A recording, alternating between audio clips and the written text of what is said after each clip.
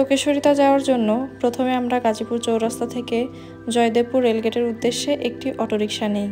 ভাড়া নিয়েছিল 60 টাকা। ওই দিন বাইরের ওয়েদার ছিল অনেক সুন্দর, আকাশে মেঘ ছিল, সাথে গুড়ি গুড়ি বৃষ্টিও পড়ছিল। কিন্তু এই সুন্দর ভিউ আমি বেশিক্ষণ এনজয় করতে পারিনি।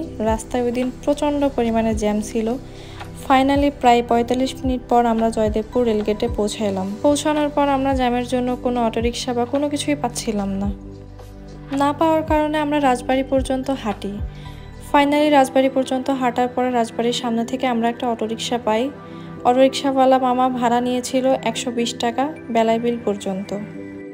রিক্সাতে উঠতে না উঠতে আবারও জ্যাম শুরু। এরপর একটা সময় আমরা শহরে কোলাহল মুক্ত হয়ে কেশরিতা গ্রামে ঢুকে পড়লাম। চারপাশটা যে এত সুন্দর ছিল, মনে হচ্ছিল এখানেই থেকে যাই।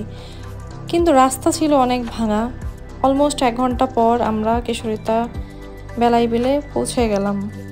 পৌঁছানোর পর চারপাশ দেখে আমার এত ভালো লাগতেছিল, মনে হচ্ছিল আমি এখানেই থেকে যাই।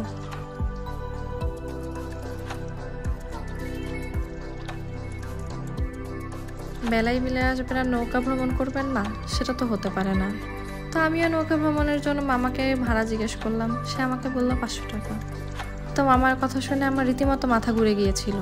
তো আমি এই বড় নৌকাটার সামনে এসে অসহায়ের মতো দাঁড়িয়েছিলাম। তো এখানে দেখি ডাকাডাকি শুরু হয়ে গেছে, প্রতিজন 50 টাকা। তো কোনো কিছু না ভেবে আমি আর আমার জামাই সুন্দর মতো স্ট্রাগল করে এই নৌকায় উঠে বসি। নৌকায় ওঠার পরে এই সুন্দর পানির ঢেউ দেখে আমার এত ভালো লাগতেছিল।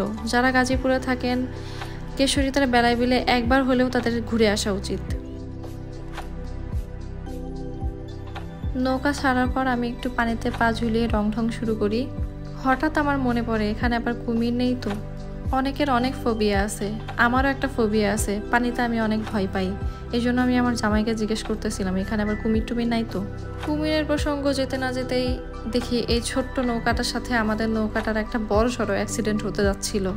প্রায় 20 মিনিট পর নৌকা ভ্রমণ শেষ করে আমরা অ্যাকোয়াভিলা রেস্টুরেন্টের উদ্দেশ্যে হাঁটা শুরু করি।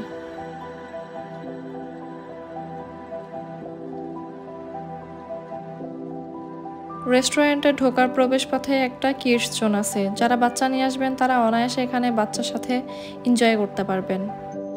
তো এই কিডস জোনে আমি আমার বড় বাচ্চাটিকে নিয়ে আসছিলাম ঘোরাতে, কিন্তু তাকে কেউ না এন্ট্রি করতে দিচ্ছিল না। কেন আমি বুঝলাম না, আপনারা বুঝলে একটু কমেন্ট বক্সে জানিয়েন।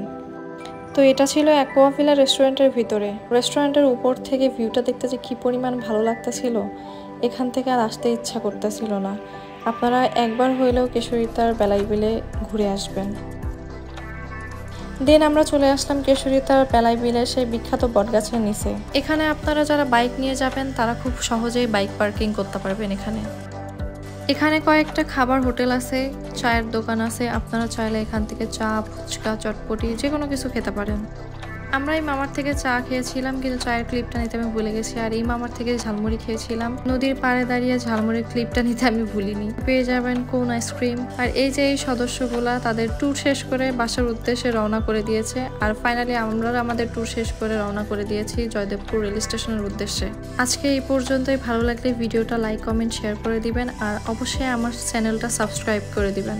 আর আমার একটা পছন্দের ক্লিপ অ্যাড করে দিয়েছি।